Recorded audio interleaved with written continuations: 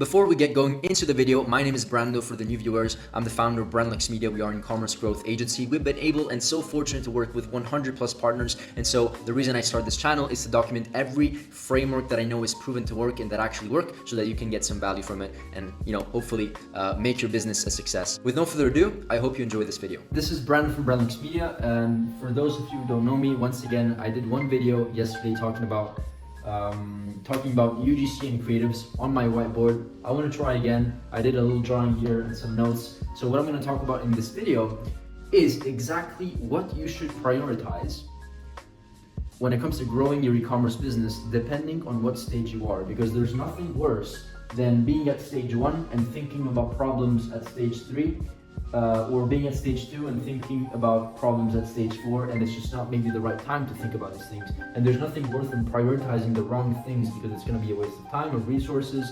and definitely money at the same time, right? So in this video, I want to bring you through my own thought process, right? For those of you who don't know, I've been working with 60 plus e-commerce brands over the last years. I've seen brands go from zero all the way up to over $1 million a month. So once again, I'm going to talk about the 4 individual stages, so you understand the framework and how I think and kind of like the way that I frame things depending on what stage you are, okay? So the e-commerce blueprint of 2024. Let's start with stage number 1, right? If you are in this stage, this is exactly what I would focus on. So between $0 and $100,000 a month, you should purely master these 3 things: marketing, sales, and persuasion, right? How do you expect to have customers if you're not able to market to them, no sales, and persuade them to click on the ad, or persuade them to click on the add to cart button, or persuade them to buy more of the product, right? Of course, the product is going to be, a pretty big chunk of your success to some certain extent, depending on the, how the product is perceived, right? If the product sells itself, then it's definitely going to be easier for you to sell that product. But if it's maybe a very popular product or a very competitive industry, then this is where you need to really start going all into marketing, sales, and persuasion. Either way, you need to know the foundations of these 3 things. Next thing I would focus on is on the product market fit, right? You can focus on these 3 as much as you want, but if there's no product market fit, meaning that if I'm selling this marker to you, but the market wants this other marker, this black one, it's going to be very hard for me to convince you that this is going to be the product that you want if you actually want this one in the first place, right? That's a stupid example, but just so you understand my thought process there. So focus on finding products that people actually want, where there is a demand behind the product, right? Really, really important.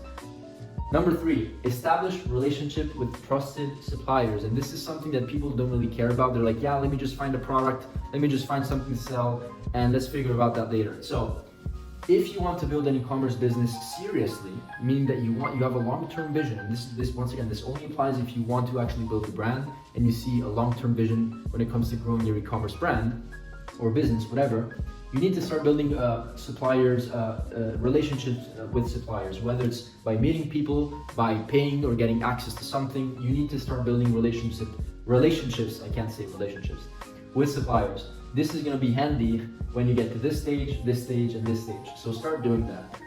Number 4, start building a support team. And a lot of people don't actually care about support teams or customer support teams because they just think that it's not really that important. I understand if you're at 0, right? You have 0 customers. How are you going to build a support team? So maybe not when you're starting to 0, but maybe when you're at like 30, 50, 80, 100K a month, start building a team of support, because people buy from you not only because of the product, but because there is a service behind your product, right? And that service also includes support, right? Fast shipping, right?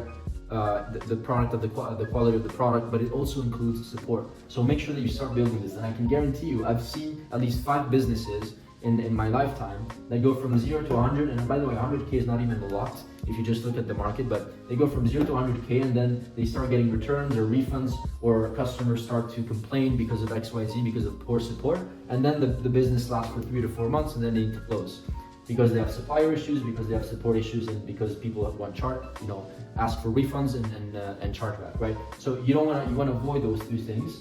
Once again, if you want to build this in the long term, these are the 4 steps that I would follow initially. One other thing that is really, really important, and by the way, many of these things are boring, and they're meant to be boring, because if you don't have your foundation set up, how are you going to build a business to $1 million, right? And you might say, yeah, let me just figure about that later, but trust me, if you do it now, whether you're in the service-based industry, whether you're in an e-commerce business industry, I guess, any business, you need to build the foundations. And so there's nothing better than starting with these two things: accounting, probably tax things, accounting, and financial reports. Financial reports are going to be really, really important. It's always important for you to understand exactly how profitable you are, how not profitable you are, if you're at a loss, where your money is going, how you're managing your cash flow. And if you don't know how to do this, guess what? There's websites like Fiverr, Upwork, where you can find amazing people that just have are specialized and are experts in financial planning or financial reports and stuff like that, Excel sheets, Google Sheets, whatever. And then also for accounting, if you have zero context in accounting, then you know what to do the same thing. It only costs $100, $200 a month maybe to have these two things sorted or something like that. Last thing here, build a retention foundation. Probably not, maybe not when you're starting out, maybe when you want to figure out what products you're selling and all that stuff, but start building a retention foundation as you approach $100,000 a month. And when I say retention foundation, I literally mean email and SMS marketing, okay?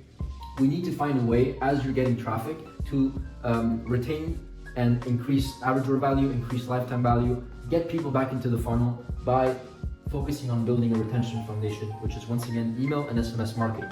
Just to give you an understanding, and this, by the way, this is a foundational stage, right? This is where you build the foundation. I'm not saying this is the most important thing, right? Because it's not. You can build a retention if you don't have a lot of customers, but it's going to be crucial assuming you want to build this for the long term. Okay, let's move to stage number 2. I'm going to move over here. Hopefully you can still see me. But stage number 2 is going from $100,000 to $250,000 a month. Okay, so this is what I see. This is the problem that I see. Okay, people get to 100 and they want to get to 250. Many times they can't because there's literally, it's not even a product problem, it's an advertising and marketing problem and a creative problem, meaning that they don't have enough creatives, enough of an infrastructure to scale, right? So this is what I suggest if you want to go from 100 to 250K a month. Focus on expanding your creative process. Work with user-generated content or content creators.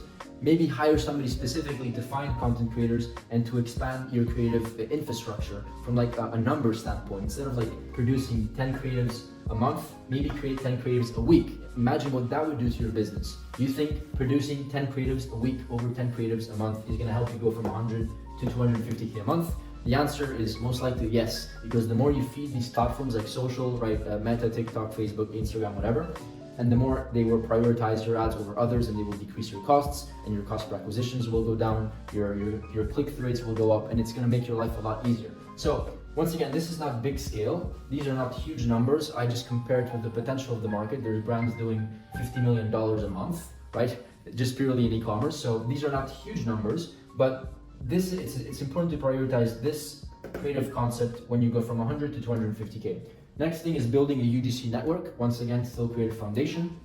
Just imagine having a handful of people that you can rely on every single month, where you can just call them or hit them up, message, email, whatever, and say, hey, I need three videos or 3 UGC videos on this storyboard, this hook, this thing, this and that. And they, within a week or 10 days, they will send you 3 videos. Just imagine having like 15, 20, 30, 40, 50 people like that within your network. Imagine how easy it is to produce content when you get to a certain point, right? And once you build a network, you also build a relationship. So over time, these people will give you better pricing. They'll maybe do free videos for you, right? So start doing that in the stage once you cross over 100,000. Number 3, hire marketing people, in-house or agency, I don't care. But when you get over 200K a month, you're probably spending several hundreds, if not several thousands of dollars per day on media buying and in the ad spend. So make sure to start outsourcing this, because there's nothing worse than focusing all your time on the ad account instead of focusing on other things like expanding the creative process, building a UGC list, and other things that I'm going to talk about in this section over here. So start hiring a person. It doesn't have to be an agency. Just do it in-house. Find somebody to do it for you. And I encourage people to actually start in the first stage from 0 to 100 to do it themselves. Don't do crazy agency work with agency people. Just understand what you're doing first. Understand what you're selling, understand marketing, sales, and persuasion, and then go ahead and hire somebody else to do it for you, or to scale that proven process for you. Next thing, expand your product line. You don't have to start, I should probably rephrase it and say, start expanding your product line, because there's so many scenarios where people just go all in on a product. They maybe even scale to like 250K a month or more, but then that product eventually dies out because of whatever reasons. If you're doing creatives, it's not that if you do creatives, your product is gonna last forever. Maybe it's gonna last for a year. Maybe it's gonna last for 2 years. Maybe it's gonna last for 4 months. You don't know. The market will decide how the product will work for you. It's different every time. So I wouldn't put all the eggs in one basket. I would start expanding product line, maybe going after potential cross sells or upsells to your main product, right? Just build more products. More products equals more revenue. And more revenue and more products also equal higher lifetime value, because you give people more opportunities to spend money with you and with your brand, right? So this is really important. And then last thing here, start building a community. This is actually probably one of the topics that I'm just going to do a whole video about, but it's something people don't understand. Like, the value is not only in the product that you sell, it's not only in the pricing and the offer, it's not only in the support, right? But it's also in the community. People literally would pay just to be in a community, right? These people would literally pay just to be in a community. Now, you need to do this for 2 reasons. One, because it's a value for the customer. So when I say community, maybe Facebook groups, every single person, like, you will know where your audience will hang out. And so if they hang out on LinkedIn, or if they hang out on Facebook groups, it's great. School from Alex Ramosi and Sam Ovens is a great platform to start building community. So I would maybe also do it there. Really encourage that platform. But I would do it for 2 reasons. Number one, you add value to your customers, because they're able to chit and chat with other similar people that have similar interests, and that alone is a value. Number two, this will come into play maybe later, because you can upsell them, cross-sell them, sell them more services or products in this example, because we're talking about e-commerce. Or maybe when there's a product launch, you have a full-on community. It's kind of like an email list, but a community is like in school, for example, or in a Facebook group, it's a lot more warmer and engaging, right? So this is a great thing. This is what I would focus on to go from 100 to 50. Creatives, start hiring and expand on product lines, sell more things, start building a community. Now, let's go. I know I'm talking fast, my voice is, I'm losing my voice. Let's talk about stage number 3, going from $250,000, okay, to $500,000 per month. Now, these are the 3 things. By the way, like, all these things, it's not that these are the only things. There's many more things, or else it would be easy to grow a business. But I wanted to prioritize between 3 and 5 bullet points for each section, just so you once again understand the framework and the mindset of how I would approach things if I were to start. So, stage 3, start building omnipresence, right? Why do we want to build omnipresence? Well, we want you to follow, ideally, in the ideal situation, wherever the customer goes, they find you and only you. And that's kind of the power of omnipresence. So if they go on Facebook, right? Or they go on Instagram, or they go on whatever, TikTok, they will just find you because you're everywhere. So it's really, really important to build this foundation. And how would I start? I would probably start with Facebook or TikTok with social to bring awareness. It's the best platform. Then I would probably add Google, right? And then I would add another social platform and other social platforms. Also, if you just want to use them for retargeting, it's totally fine. Like, I have some clients that spend $100,000 on Facebook and TikTok, and then they maybe spend $20,000 on Google, and then they maybe spend I don't know, like $2,000 a month on Pinterest and like other platforms. But the great thing about retargeting is that it's retargeting, and so the ROAS is extremely high. So just from the $2,000 to $3,000 they spend on a retargeting platform, they get really, really high ROAS, which is great. And it's the power of spending money in multiple different platforms. Now, number 2, expand your marketing team. Now, there's nothing worse than having all the eggs not all the eggs in one basket. That's the wrong saying. I would say there's nothing worse than doing everything yourself. So kind of like the thing that I was talking about here, the marketing person, start hiring to replace yourself. So start building a marketing team here. Have somebody for UGC, have somebody for email marketing, have somebody for media buying. Once again, it doesn't have to be an agency, it can also be in-house. It's really hard to find the right people. So just, this is gonna take quite a lot of time to optimize and find the right people, trust me. There's also needs to be a cultural fit, right? So I don't want to get too much into the details, but I just want to say that building an e-commerce thing is one thing and building a team is a completely other thing, because you need to make sure that there's culture fits, there's expectations, right? You need to learn how to be a leader. This is where you really start to be a real entrepreneur, not entrepreneur, but I guess business owner, when you start hiring other people. this is really going to be a crucial stage. One other thing that I mentioned here, a more technical thing, CRO guys, optimize your sales process. I can't stress this enough. I have a client where they have like 200,000 monthly visitors and a 2% conversion rate. And with some tweaking with like the offer, the landing pages, the website, we went from like 2% to like 2.4. And I think that added like $80,000 or between $50,000 and $80,000 per month in additional cash flow, just by adding an extra like 0.4 or 0.5% conversion rate boost, right? And then once again, if you're doing between 250 to 500, you probably have around 250,000 visitors per month. And so guess what? If you even do a 0.2% increase, once again, you have maybe 200 extra orders, just like that. So focus on this a lot, because the more you focus on building the CRO foundation, and the more you can spend on ads, because your sales process is stronger. Your economics of the business are a lot more stronger and sustainable, so you can spend more on acquisition. Okay, so this is the last stage over here, going from 500 to $1 million a month. This is where you need to focus on mainly two things. And these are the two things, if I had to choose, between a billion things, right? These are the two things that I would focus on. Focusing on LTV, right? Or actually three things. Optimizing LTV, spending more with LTV into consideration, and I'm gonna explain that in a second. Continue expanding on product line, right? So you can build more revenue streams, and then focus on the product itself, the quality of the product, right? Because we can build a business all we want, but if the product doesn't sell itself, and if we don't create some sort of word of mouth, because the product is great, it works, it gets the results, whatever the case may be, if there's no product, you don't have a business. This entire thing that you worked on for a couple of years or 3 years or whatever, it's not gonna last long. So we wanna build businesses that have foundations, that are sustainable, that are consistent, right? If you wanna build that type of business where you maybe even go over $1 million a month, the product is going to be the most important thing. Now, I encourage you to focus on marketing, sales, persuasion, and finding product market fit, right? Go through this process, and then once you have enough cash flow to hire for product development, right, or improving your product line, do it as soon as possible, because that's going to be really foundational for you. Okay, optimizing for LTV, how do we do that? We focus on expanding the product line. We also leverage the idea of community. If we can leverage the community, we can upsell them multiple products. Community also mean like email marketing, so the retention that marketing foundation that I spoke about in the first stage, and also adding upselling, downselling, and cross-selling throughout your sales journey. Like you can do these things also in the first stages, but it's going to be really, really crucial, especially when you're going to want to go from 500 to $1 million a month, because the ad spend is going to be a lot more expensive, right? One thing is spending $10,000 a month, and one thing is spending 500K a month or like 300K a month. It gets really expensive.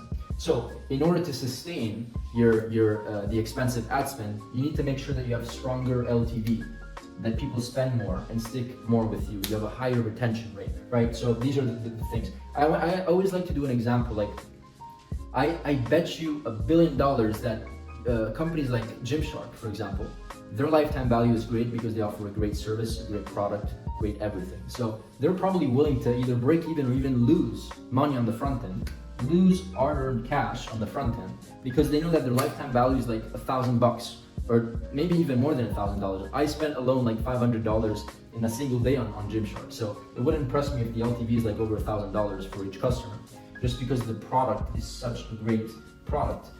So focus on these things, and let's see if I need to talk about something else here. LTV. Yeah, so just very quickly, spend more with LTV into consideration. What do I mean? So this is a very important concept, because once you know your LTV, right? Let's just say that you know that your LTV is $1,000, right? $1,000. This is the LTV. You need to understand how sustainable is it, from like how much can I afford to spend based on my cash flow, right? And once again, this is where we need to build the financial reports from the start, because if you skip all of this and you start doing it here, right, you're gonna lose so much data, so much valuable data. And so the reason why we need to understand exactly what the LTV is because we need to understand how much can you spend, right? We need to understand how much we can spend to acquire each customer. Some people think that to grow a business, you have to be profitable on the front end. That's actually completely not true. You need to be profitable overall. You need to be profitable taking LTV into consideration. Anyways, that's it for me, because I know I'm going to go on a tangent here if I don't stop talking. I hope this video was valuable. this is what I would do. Hopefully you kind of understand the stages and my thought process and what I would prioritize. I know that there's many different things. These are just some, 3 to 5 bullet points for each stage. Let me know in the comments what you think. Roast me if you think this is funny with the whiteboard, very old school. But yeah, hopefully it was valuable, and see you in the next video. On a side note, before I end it off here, if you actually own an e-commerce business and you want your business and your brand to be audited, we can just hop on a call, hop on a free strategy session with myself or one of my team members, and we can pretty much have a conversation about your roadmap towards next year and how perhaps you can reach your goals. The conversation is very laid back. It's honestly just to understand if there's an opportunity for us to do even business together one day. Okay? With no further ado, thank you once again, and who knows, maybe see you in the next masterclass.